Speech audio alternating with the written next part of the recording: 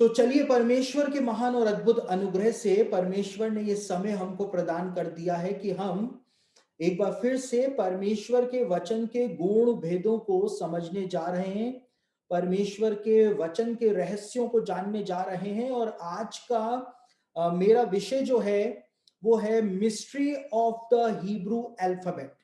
यानी कि हिब्रू भाषा के जो 22 अक्षर होते हैं, उन 22 अक्षरों का जो रहस्य है वो मैं आपके सामने रखने जा रहा हूं, आपको बताने जा रहा हूं। और आप आज के लेसन के अंदर इस बात को समझेंगे कि हिब्रू भाषा जिसके अंदर परमेश्वर ने अपने वचन को, यानी कि पुराने नियम को परमेश्वर ने लिखवाया था, वो कितनी ज्यादा महत्वपूर्ण है।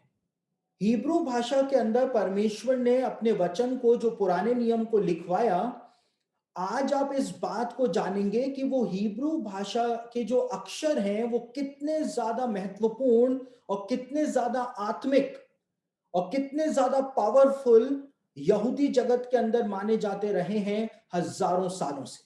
और जब आप उन रहस्यों को समझेंगे, आप उन रहस्यों को जानेंगे, तो आपको यह बात समझ में आएगी कि परमेश्वर ने जब मूसा को अपनी व्यवस्था प्रदान करी थी, तो उस व्यवस्था के द्वारा परमेश्वर ने रहस्यों का एक खजाना भी इजरायलियों को, यहूदियों को प्रदान कर दिया था। और यहूदी रब्बी 3500 सालों से हिब्रू भाषा के उन रहस्यों को समझने का प्रयास करते रहे हैं। और मैंने पहले भी ये बात आपको बताई थी कि यहूदी इतिहास के अंदर कई सारे ऐसे यहूदी रब्बी आए, कई सारे ऐसे यहूदी ज्ञानी पुरुष आए जिन्होंने अपना पूरा जीवन उत्पत्ति एक एक का अध्ययन करने में ही लगा दिया था। यानी कि उन यहूदी रब्बियों ने, उन यहूदी ज्ञानी पुरुषों ने इस बात को माना था कि उत्पत्ति एक एक के अंदर ही परमेश्वर ने इतना ज्यादा गहरा रहस्य छिपाया है कि यदि हम उत्पत्ति एक एक को ही पूरी तरह से समझ जाएं, तो हम परमेश्वर के व्यक्तित्व को पूरी तरह से समझ जाएंगे। और यहूदी इतिहास बताता है कि कई सारे जूइश सेजेस जो थे, रब्बी जो थे, उन्होंने अपना पूरा जीवन सिर्फ उत्पत्ति एक एक को ही समझने में लगा दिया था, लेकिन उसके बावजूद वो पूरी तरह से उत्पत्ति एक एक को नहीं समझ पाए थे अपने पूरे जीवन में भी। यानी परमेश्वर का वचन कितना गहरा है, परमेश्वर का वचन कितना विशाल है, समुद्र से भी गहरा परमेश्वर का वचन है। और कोई भी इंसान कभी भी परमेश्वर के वचन को पूरा नहीं समझ सकता है। और इसीलिए 3500 सालों से अलग अलग पीढ़ियों में यहूदी रब्बी जो हुए, वो परमेश्वर के वचन के रहस्यों को हिब्रू भाषा के द्वारा जानने का प्रयास करते रहे। और ये बात आप लोगों को पहले से ही पता है कि हिब्रू भाषा के द्वारा परमेश्वर ने पुराना नियम जो लिखवाया था, और खास तौर से मूसा की व्यवस्था की 5 पुस्तकें जो परमेश्वर ने प्रदान करी थी, उनमें परमेश्वर ने मूसा के द्वारा वर्ड्स के अंदर या नामों के अंदर जानबूझ करके स्पेलिंग मिस्टेक्स करवाई थी। और कई सारे लोग इस बात को लेकर के विवाद करते हैं कि जो बाइबल की नकल बनाने वाले जो शास्त्री हुआ करते थे, कॉपी बनाने वाले जो शास्त्री हुआ करते थे, उन उन लोगों ने नकल बनाते समय जो गलतियां करी, उसी वजह से स्पेलिंग मिस्टेक्स जो हैं वो पुराने नियम के अंदर पाई जाती हैं। क्योंकि उस समय प्रिंटिंग प्रेस नहीं हुआ करती थी, और इसीलिए हाथ से ही शास्त्रियों के द्वारा बाइबल की पुस्तकों की नकलें बनाई जाती थी। लेकिन ये तर्क जो है कि शास्त्रियों की गलती की वजह से हिब्रू बाइबल के अंदर स्पेलिंग मिस्टेक्स पाई जाती हैं, वो तर्क पूरी तरह से आधारहीन है। और क्यों आधारहीन है? क्योंकि जब आप इस बात को जानेंगे, जब आप इस बात को समझेंगे कि यहूदी जगत के अंदर बाइबल की पुस्तकों की नकल बनाने के जो नियम हुआ करते थे, वो इतने ज्यादा कड़े नियम हुआ करते थे कि गलती की गुंजाइश बिल्कुल भी नहीं हुआ करती थी। कोई शास्त्री गलती कर जाए, ये गुंजाइश जो है वो हुआ ही नहीं करती थी। और यदि कोई इस बात को कहता है कि शास्त्रियों की गलती की वजह से पुराने नियम के अंदर स्पेलिंग मिस्टेक्स पाई जाती हैं, तो उसको यहूदी इतिहास के बारे में बिल्कुल भी जानकारी नहीं है। वो जानता ही नहीं है कि बाइबल की किताबों की नकल बनाने के नियम क्या हुआ करते थे। इस वजह से वो ये आधारहीन तर्क जो है वो प्रस्तुत कर रहा है। और बाइबल की नकल, हिब्रू बाइबल के अंदर जो बाइबल की पुस्तकों की नकल शास्त्री बनाया करते थे, क्योंकि प्रिंटिंग प्रेस उस समय नहीं हुआ करती थी। कैसे बाइबल की पुस्तकों की दूसरी कॉपीज बनाई जाएं, उसका सारा दायित्व जो है वो शास्त्रियों का हुआ करता था, स्क्राइब्स का हुआ करता था। और ये स्क्राइब्स जो हुआ करते थे, इनको बहुत सारे और बहुत कड़े जो हैं वो नियम फॉलो करने पड़ते थे, और उनको फॉलो करने ही पड़ते थे, क्योंकि वो परमेश्वर के वचन की कॉपी जो है, नकल जो है वो बना रहे थे।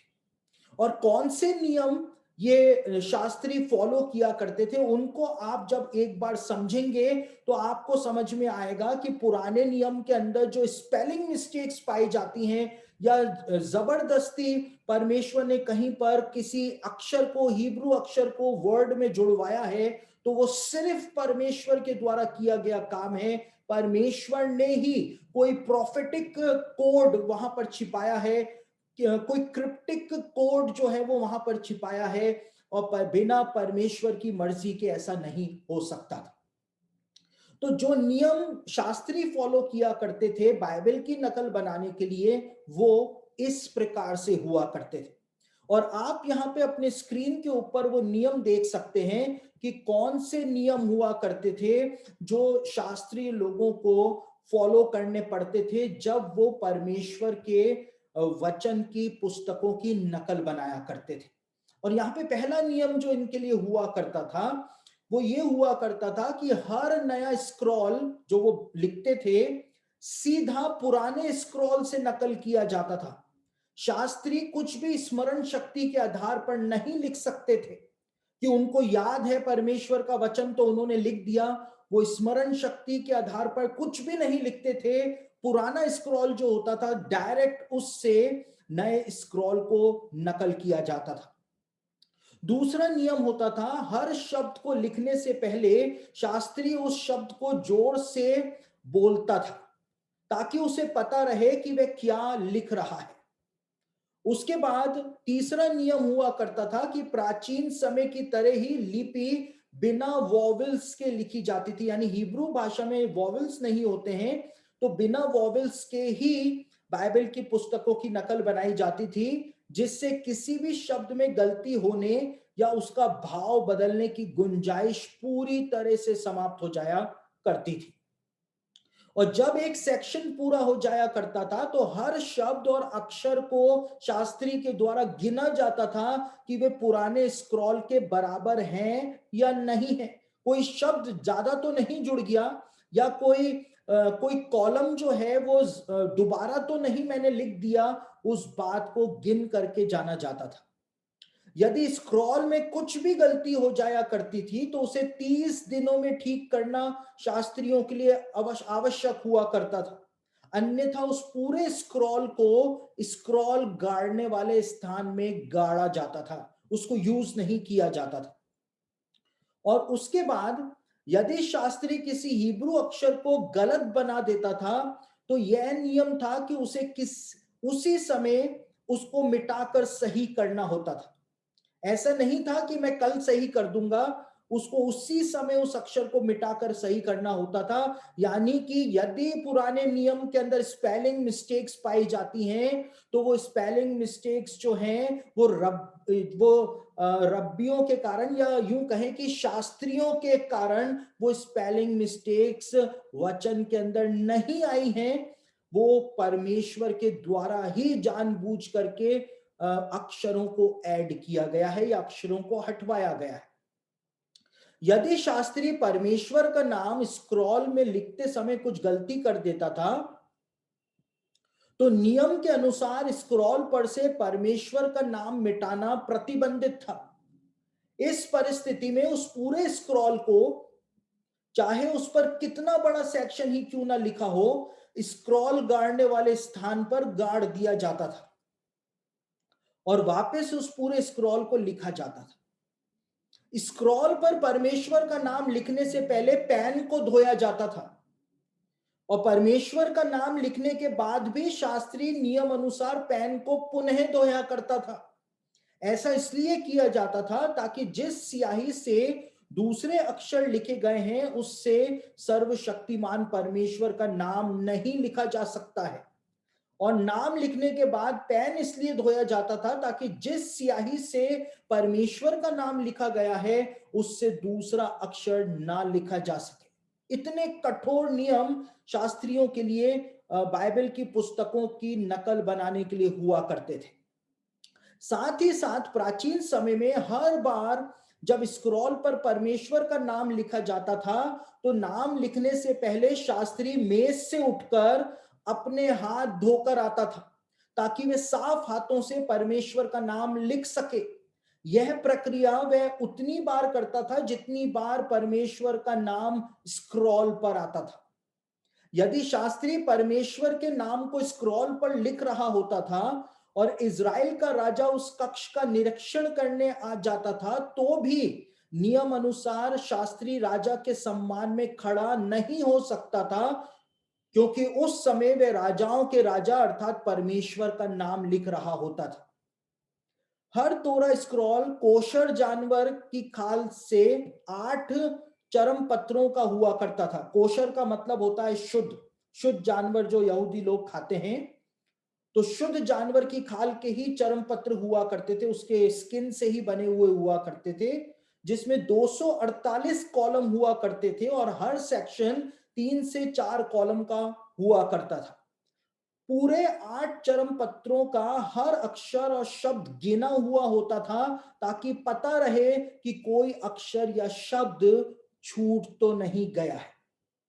तो इस प्रकार से यहूदी रब्बी जो थे वो शास्त्री जो थे वो परमेश्वर के वचन की पुस्तकों की नकल बनाया करते थे प्रिंटिंग प्रेस के अभाव में, और इतने कड़े नियमों को वो फॉलो किया करते थे कि गलती की गुंजाइश जो थी वो हो ही नहीं सकती थी। और यही वो कारण है कि 1948 में बाइबल की जो मूल पांडुलिपियां, ओरिजिनल मैन्यूस्क्रिप्ट्स जो मिले डेड सी के पास कुमरान की गुफाओं में, तो आज जो बाइबल हमारे हाथों में है और 2000 साल पुराने जो स्क्रॉल्स मिले हैं, दोनों बिल्कुल समान है, कोई भी अंतर नहीं है, क्योंकि इस प्रकार से यहूदी रब्बी जो है वो वचन की नकल बनाते हुए आए थे कि गलती की गुंजाइश हो ही नहीं सकती थी, हो ही नहीं सकती थी, क्योंकि एक एक शब्द को गिना जाता था कि कहीं कोई शब्द एडिशनल तो स्क्रॉल के अंदर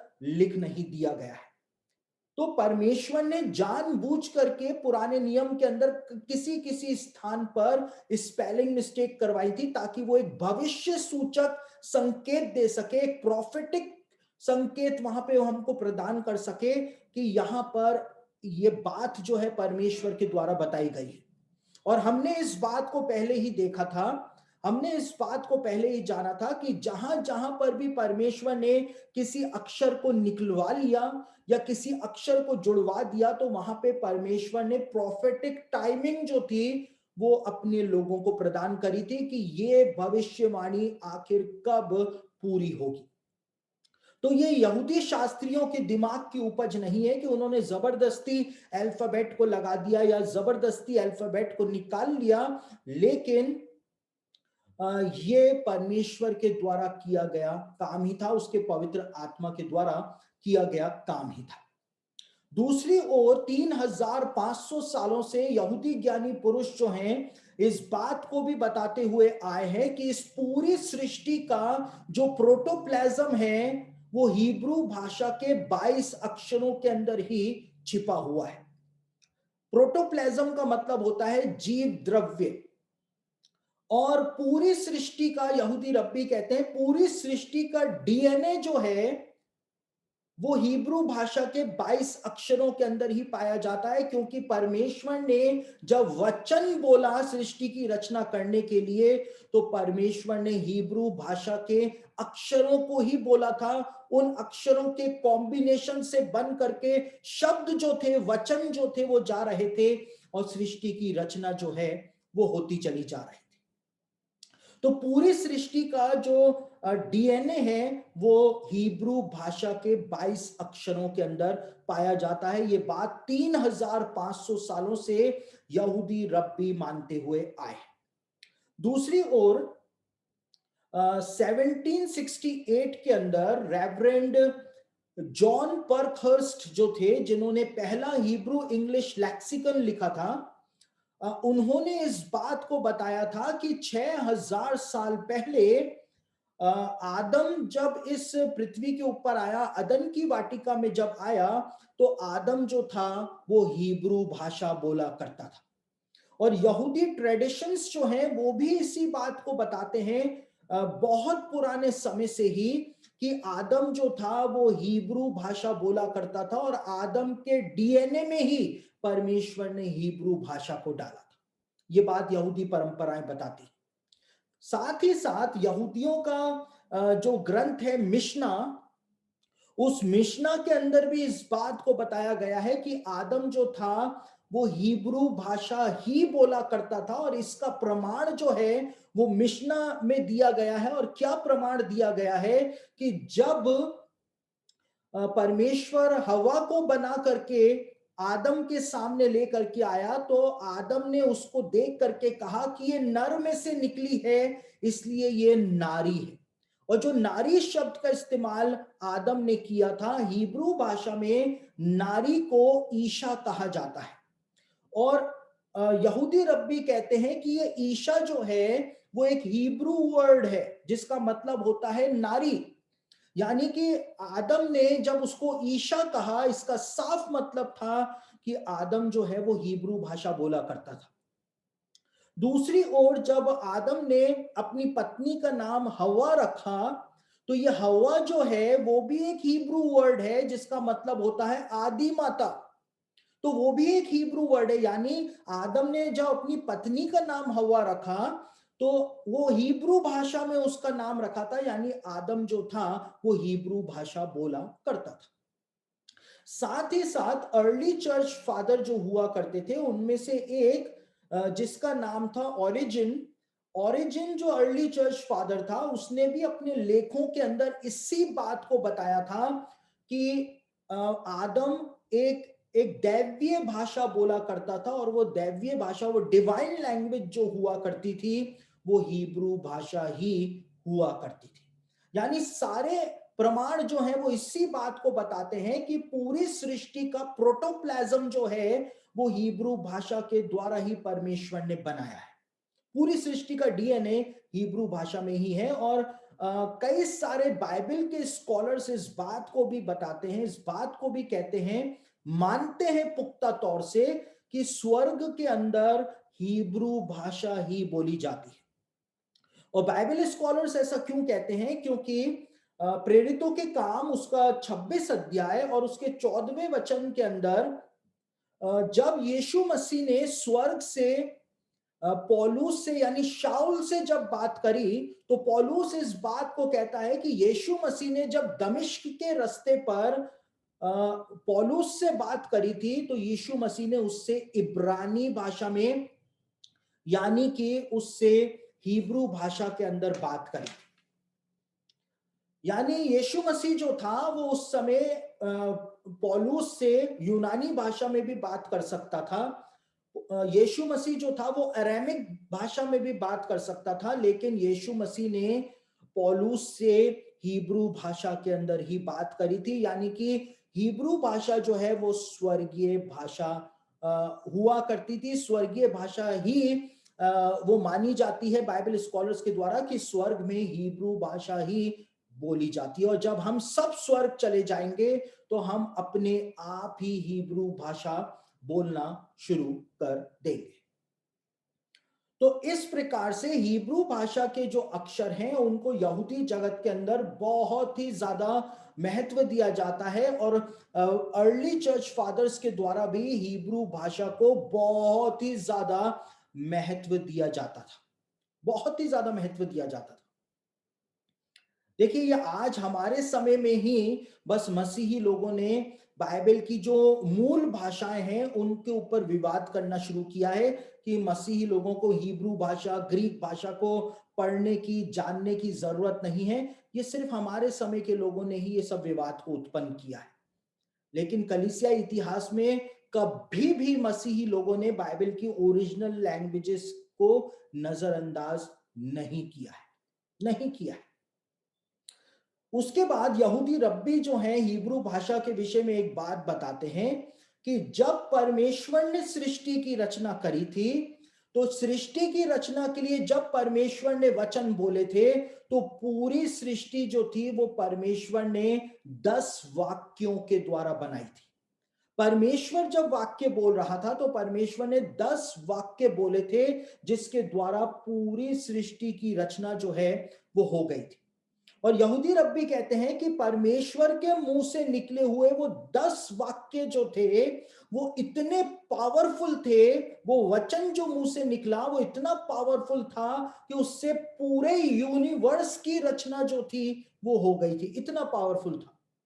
लेकिन यूनिवर्स की रचना करने के बाद, सारी सृष्टि की रचना करने के बाद, परमेश्वर का वो वचन जो परमेश्वर के मुंह से निकला था, वो 10 वाक्य जो परमेश्वर के मुंह से निकले थे, यहूदी रब्बी कहते हैं कि वो लोप नहीं हो गए थे, गायब नहीं हो गए थे, लेकिन वो आज भी इस यूनिवर्स के अंदर फैले हुए हैं। और क्योंकि वो यूनिवर्स के अंदर फैले हुए हैं, इसी वजह से यूनिवर्स जो है वो टिका हुआ है, यूनिवर्स जो है वो चल रहा है, इसी वजह से। और इसी बात को जो यहूदी रब्बी कहते हैं, इसी बात को बाइबल के अंदर भी बताया गया है। कहां बताया गया है? भजन संहिता उसका 119 और 119 के 89th वर्स के अंदर बताया गया है। हम उस वचन को पढ़ लेते हैं। हे यहोवा, तेरा वचन आकाश में सदा तक स्थिर रहता है। यहां पर जो जिस वचन की बात की गई है, यहूदी रब्बी कहते हैं भजन संहिता में कि परमेश्वर का वचन आकाश के अंदर सदा तक स्थिर रहता है। ये वही वचन है, वही 10 वाक्य हैं जो परमेश्वर ने सृष्टि की रचना के समय बोले थे, और उन्हीं वाक्यों के द्वारा आज पूरी सृष्टि जो है वो टिकी हुई है। और परमेश्वर का वो वचन जो है वो पूरी सृष्टि के अंदर आज भी फैला हुआ है। और नए नियम की हम बात करें तो नए नियम के अंदर भी यही बात बताई हुई है।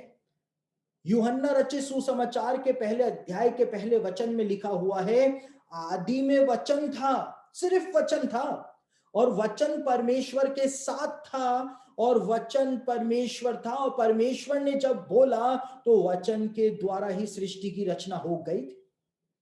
और जिस प्रकार से यहूदी रब्बी कहते हैं कि जो वचन परमेश्वर ने सृष्टि के समय बोला था, वही वचन जो है पूरी सृष्टि को आज भी संभाला हुआ है, हजारों साल बाद भी।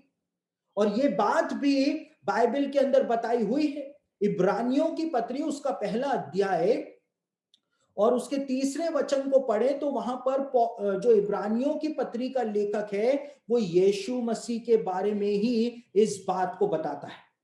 इब्रानियों की पत्री उसका पहला अध्याय उसके तीसरे वचन में लिखा हुआ है, यीशु मसीह के लिए इब्रानियों का लेखक कहता है, वह उसकी महिमा का प्रकाश और उसके तत्व की छाप है, और सब वस्तुओं को अपनी सामर्थ के वचन से संभालता है।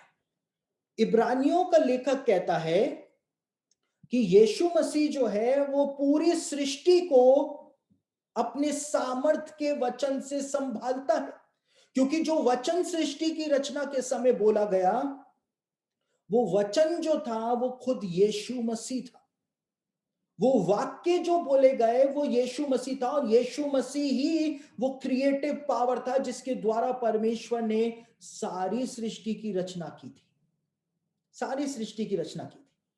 और इसी बात को कुलुसियों की पत्री उसका पहला अध्याय और उसके 17वें वचन के अंदर भी बताया गया है, जहां पर पौलुस इसी बात को दोहराता है, इसी बात को बताता है कि यीशु मसीह के द्वारा ही सारी सृष्टि जो है वो टिकी हुई है।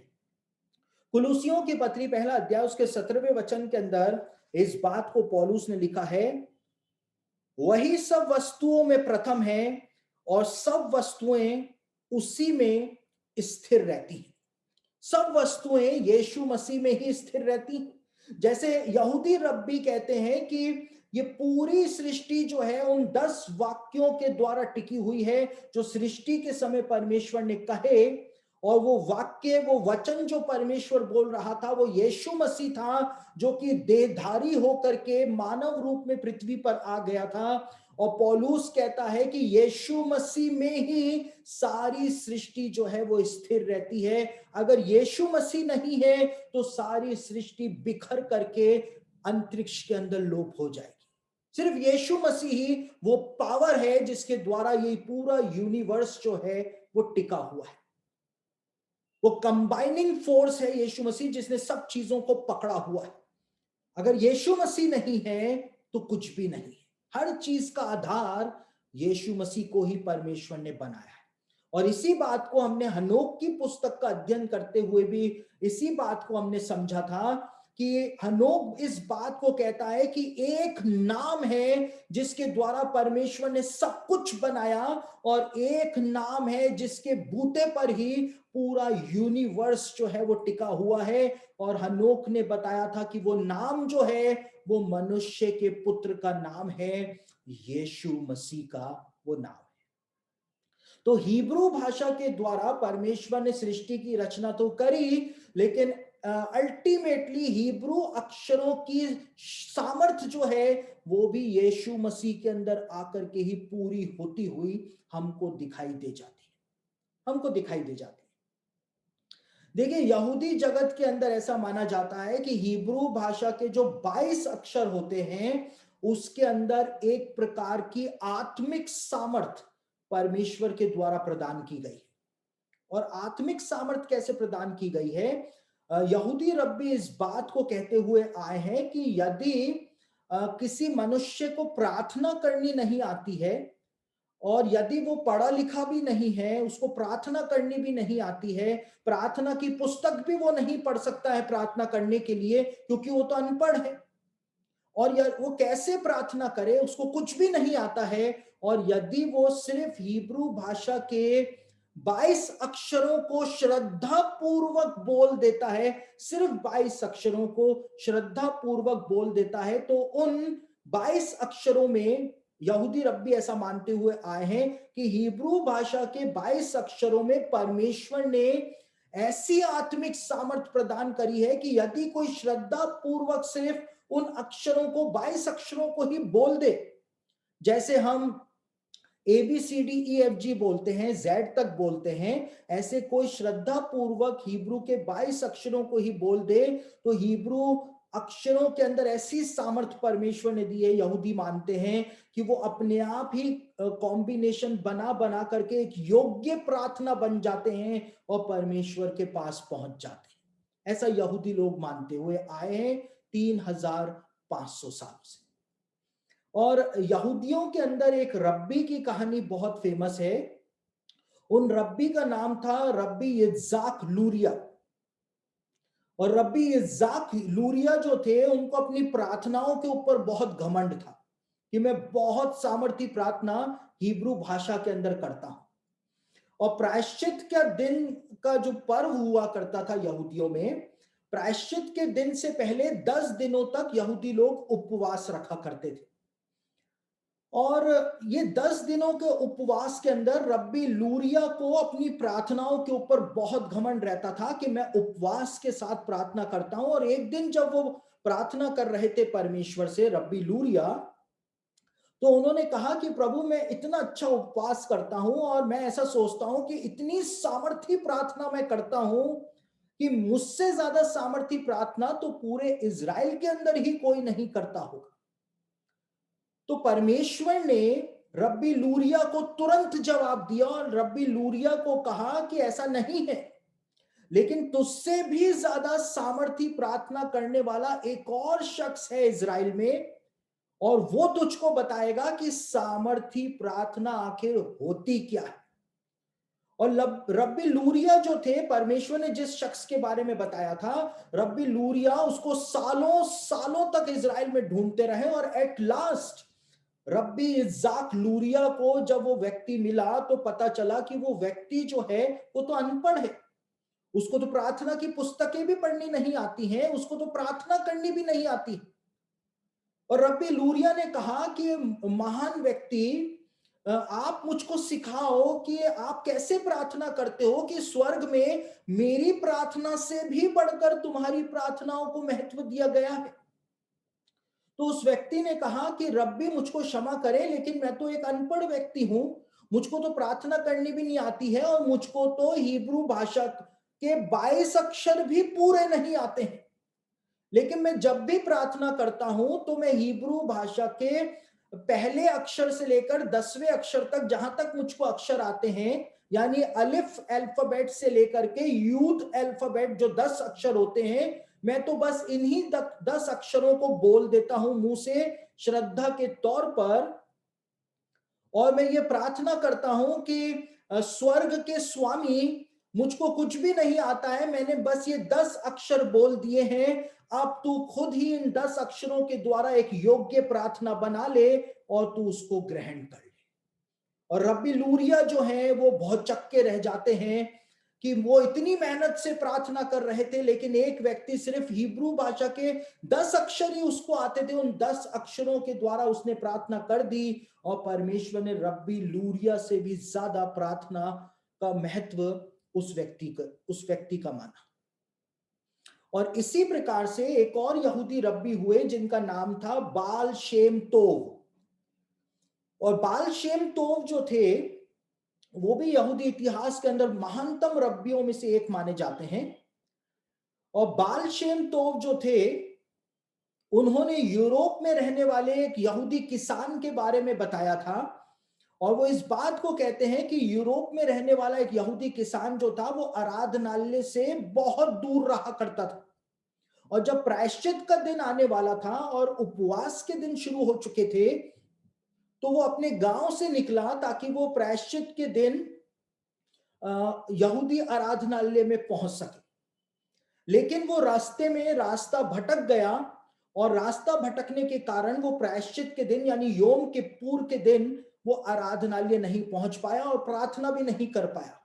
और उसके पास यहूदियों की प्रार्थना करने वाली जो पुस्तक हुआ करती थी वो भी नहीं थी। और वो एक स्थान पर बैठ करके परमेश्वर के सामने जोर जोर से रोना उसने शुरू कर दिया।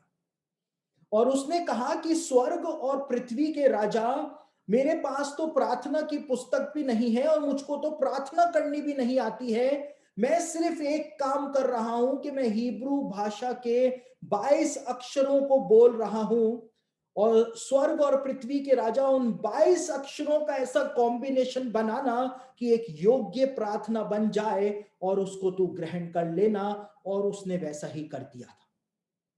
तो यहूदी जगत के अंदर, यहूदी इतिहास के अंदर हिब्रू भाषा के 22 अल्फाबेट्स जो हैं उनके अंदर आत्मिक सामर्थ परमेश्वर के द्वारा दी गई है, ऐसा माना जाता रहा है, ऐसा माना जाता रहा है। और हिब्रू भाषा के अक्षर जो हैं वो इतने ज्यादा पावरफुल माने जाते हैं, इतने ज्यादा पावरफुल माने जाते हैं कि ऐसा कहा जाता है कि हिब्रू भाषा के अक्षर, परमेश्वर ने जो 10 आज्ञाएं मूसा को प्रदान करी थी, वो 10 आज्ञाएं जो हिब्रू भाषा के अंदर लिखी हुई थी वो इतनी सामर्थी थी जैसे कि एक जीवित मनुष्य होता है। देखिए, यहूदी रब्बी एक बात कहते हैं कि हिब्रू भाषा के जो अक्षर होते हैं वो जीवित इंसान की तरह होते हैं। वो अक्षर जो हैं वो जिंदा अक्षर है। और कैसे जिंदा अक्षर हैं?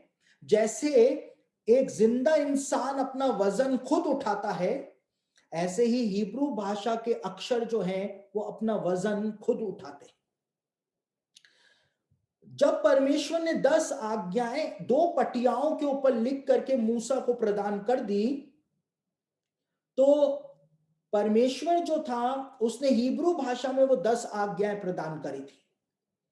और वो पटियाएं जो थी, पत्थर की शिलाएं जो थी, पटियाएं पत्थर में से काट करके, चट्टान में से काट करके जो परमेश्वर ने दी थी, यहूदी रब्बी कहते हैं कि वो इतनी भारी थी, इतनी भारी थी लेकिन उसके बावजूद मूसा ने उनको सिर्फ एक ही हाथ में दोनों पटियाओं को उठाया हुआ था।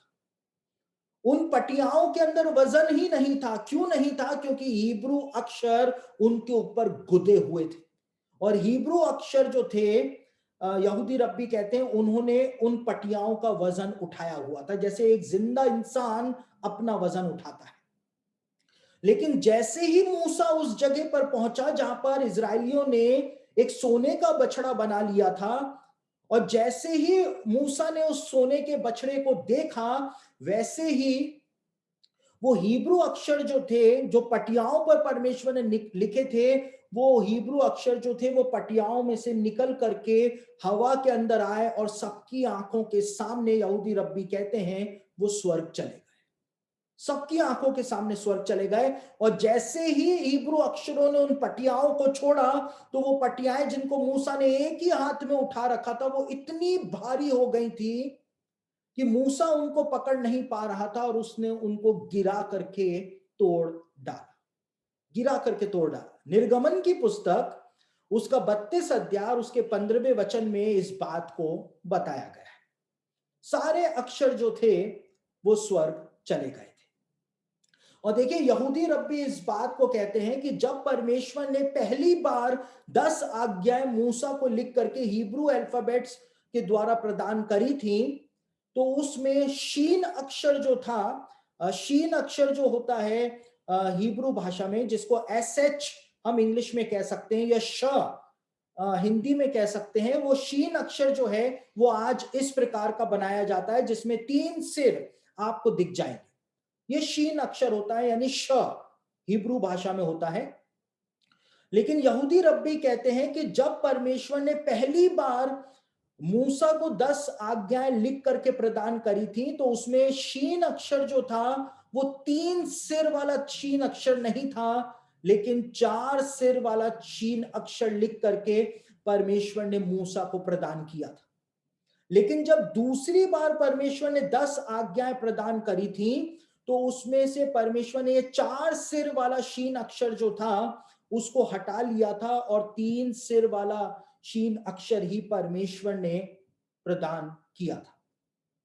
क्योंकि यहूदी रब्बी कहते हैं कि परमेश्वर ने दूसरा शीन अक्षर इसलिए प्रदान किया, और 4 हेडेड शीन जो था वो परमेश्वर ने ले लिया, क्योंकि 4 हेडेड शीन जो था, 4 सिर वाला शीन जो था, वो आध्यात्मिकता के उच्चतम स्तर को बताता है। और क्योंकि इज़राइल ने आत्मिक जीवन को छोड़ करके भौतिक जीवन की तरफ, भौतिक संसार की तरफ मन लगाया था, इसलिए परमेश्वर ने दूसरी बार इज़राइल को वो स्तर देने से मना कर दिया था। परमेश्वर ने मना कर दिया था। यानी पहली बार जो परमेश्वर ने आज्ञाएं दी थी वो डिफरेंट आज्ञा थी, क्योंकि उसमें 4 हेडेड शीन लगा हुआ था। दूसरी बार जो आज्ञाएं परमेश्वर ने दी थी लिख करके, वो दूसरी आज्ञा थी, क्योंकि उसमें 3 हेडेड शीन लगा हुआ था, लगा हुआ था। तो हिब्रू भाषा के अक्षरों के अंदर बहुत ही ज्यादा सामर्थ परमेश्वर के द्वारा प्रदान की गई है। साथ ही साथ पुराने नियम के अंदर यहूदी रब्बी कहते हैं कि परमेश्वर ने हिब्रू भाषा के अक्षरों को, सिर्फ हिब्रू भाषा के अक्षरों को समझने की स्पेशल बुद्धि जो थी वो 2 लोगों को प्रदान करी थी। किन लोगों को प्रदान करी थी? मूसा का तंबू जिसने बनाया था, बसलेल, उसको परमेश्वर ने हिब्रू भाषा के अक्षरों को समझने की बुद्धि प्रदान करी थी। निर्गमन की पुस्तक उसका 31 अध्याय 1 से 3 वचन हम पढ़ लेते हैं। वहां पर इसी बात को बताया गया है जिसके बारे में यहूदी रब्बी हमको बताते हैं। फिर यहोवा ने मूसा से कहा, सुन, मैं ऊरी के पुत्र बसलेल को, जो हूर का पोता और यहूदा के गोत्र का है, नाम लेकर बुलाता हूं, और मैं उसको परमेश्वर की आत्मा से, जो बुद्धि, प्रवीणता, ज्ञान और सब प्रकार के कार्यों को समझ देने वाली आत्मा है, परिपूर्ण करता हूं। यहां पर जो बुद्धि, प्रवीणता, ज्ञान और सब प्रकार के कार्यों को की समझ देने वाली आत्मा के बारे में बात की गई है। यहूदी रब्बियों का कहना है कि हिब्रू अक्षरों को समझने के लिए परमेश्वर ने बसलेल को सामर्थ प्रदान कर दी थी। और यहूदियों का ग्रंथ तालमुद जो है वो भी इसी बात को बताता है कि पूरा मूसा का तंबू जो था वो हिब्रू भाषा के अक्षरों के ज्ञान के द्वारा ही, जो परमेश्वर के द्वारा बसलेल को दिया गया था, उसके द्वारा ही बसलेल के द्वारा बनाया गया था।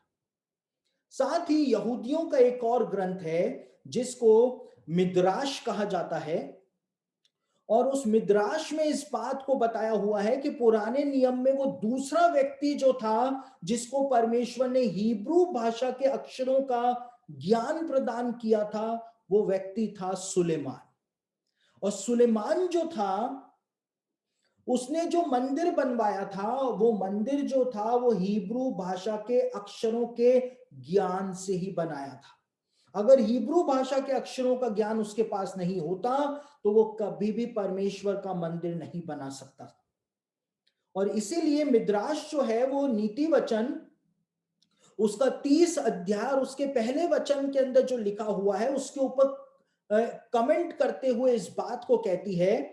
नीति वचन उसका 30 अध्याय उसके पहले वचन के ऊपर मिद्राश के अंदर लिखा हुआ है सुलेमान के बारे में। और सुलेमान के बारे में मिद्राश क्या कहती है? उस पुरुष यानी सुलेमान के वचन यानी नीति वचन 30:1 को मिद्राश में दूसरे तौर से लिखा गया है, दूसरे रूप में लिखा गया है। और क्या लिखा गया है? उस पुरुष सुलेमान के वचन जिस पर पवित्र आत्मा उतरा वह तो परमेश्वर के अक्षरों को समझाता था। वह तो परमेश्वर के अक्षरों को समझाता था।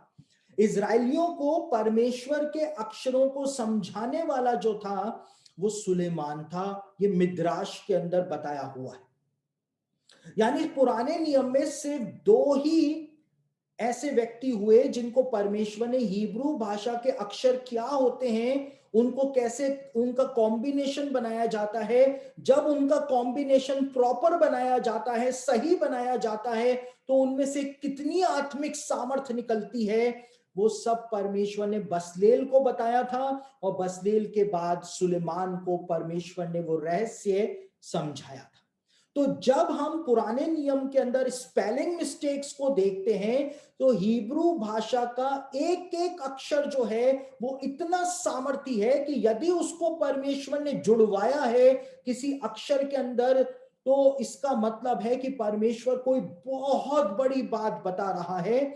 और यदि किसी अक्षर में से किसी शब्द में से परमेश्वर ने कोई अक्षर निकलवा दिया, स्पेलिंग मिस्टेक करवा दी, यानी कि परमेश्वर कोई बहुत बड़ी बात जो है वहां पर छिपा रहा है। इस बात को यहूदी रब्बी बताते हैं क्योंकि हिब्रू भाषा के अंदर परमेश्वर ने अपना खजाना इंसान को प्रदान किया है। और आगे आने वाले लेसन्स के अंदर हम इस बात को देखेंगे कि जब परमेश्वर ने आदम को बनाया था तो जो शब्द आया है रचा, आदम को भूमि की मिट्टी से रचा, वो रचा शब्द को जब आप हिब्रू में पढ़ेंगे तो आप हैरान हो जाएंगे कि उस रचा शब्द के अंदर भी परमेश्वर ने कैसा एक डिवाइन कोड छिपाया था। इंसान की प्रवृत्ति को ही परमेश्वर ने उस रचा शब्द के अंदर बता दिया था। जब शिप्रा और पुआ के बारे में आप पढ़ेंगे तो शिप्रा और पुआ के घर परमेश्वर ने बसाए। जो घर शब्द परमेश्वर ने इस्तेमाल किया था हिब्रू बाइबल के अंदर, वो घर शब्द जो है वही बताता है कि परमेश्वर ने शिप्रा और पुआ को आखिर क्या आशीष दी थी। और वो सारा अध्ययन जो है वो अब हम अगले लेसन के अंदर करेंगे।